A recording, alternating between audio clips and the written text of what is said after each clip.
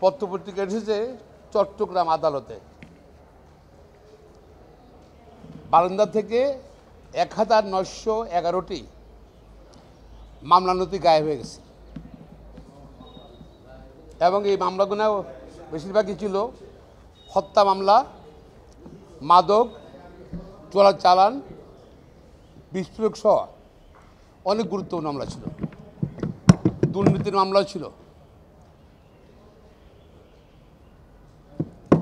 পত্রিকাটাও আসছে যে এই মামলাগুলো বস্তায় করে আদালতের বারান্দা নাকি এটা রেখে দিয়েছে।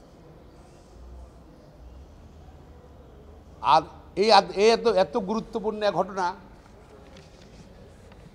যে আদালতের নথি যদি গায়েব হয়ে যায় তাহলে বিচার প্রার্থীরা বিচার থেকে ন্যায়বিচার থেকে আদালতের নথি যদি গায়েব হয়ে যায় বিচার প্রার্থীরা ন্যায়বিচার থেকে বঞ্চিত হবে।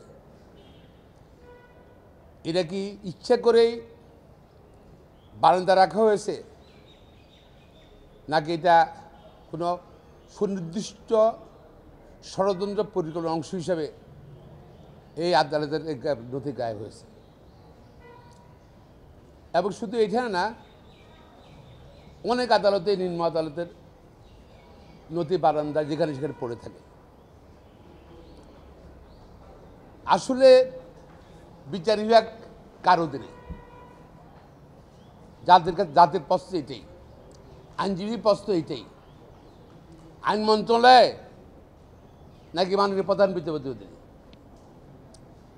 এখনও আইন মন্ত্রণালয়ের কাজ শুরুতে আছে, বিচার বিভাগ তাদের দায়িত্ব আছে। যদি ওনারা বলে যে না, মাননীয় প্রধান বিচারপতি কনসেন্ট নিয়ে আমরা সব কিছু করি, কিন্তু মূল কাজটা তো ওনারা করেন এবং একদম বিচারকের বিরুদ্ধে শৃঙ্খলা অপসারণ সব কিছু ওনারা করেন। বলে প্রধান বিচারপতি থেকে আমরা আলোচনা করি, আমরা করি। That should not be. এই যে নথি কারোদের নথি, আইন মন্ত্রণালয় তারা বলে প্রধান বিচারপতির সঙ্গে আলোচনা করে আমরা বারান্দা ভালো রেখেছি নাকি? হ্যাঁ, এটা বলবে? নিশ্চয়ই না। সেই জন্য আমরা বলতে চাই অতি দ্রুত বিচার বিভাগের সচিবালয় করা হোক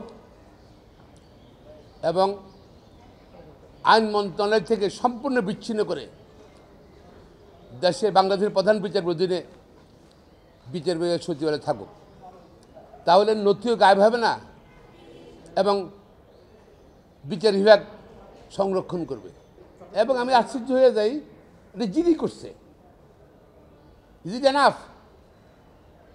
2000 নথি হারিয়ে গেছে, জিডি করবে? অবশ্যই স্পিডি মামলা করতে হবে।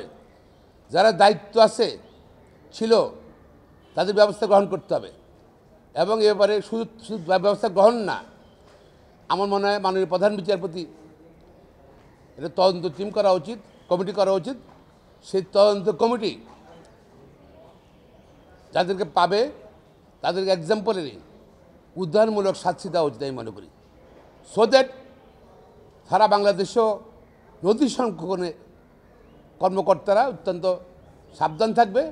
ভবিষ্যতে এই ঘটনা থেকে আমরা, এই অবস্থা থেকে, নথি গায়েবের পরিবেশ থেকে আমরা পরিত্রাণ পাবো।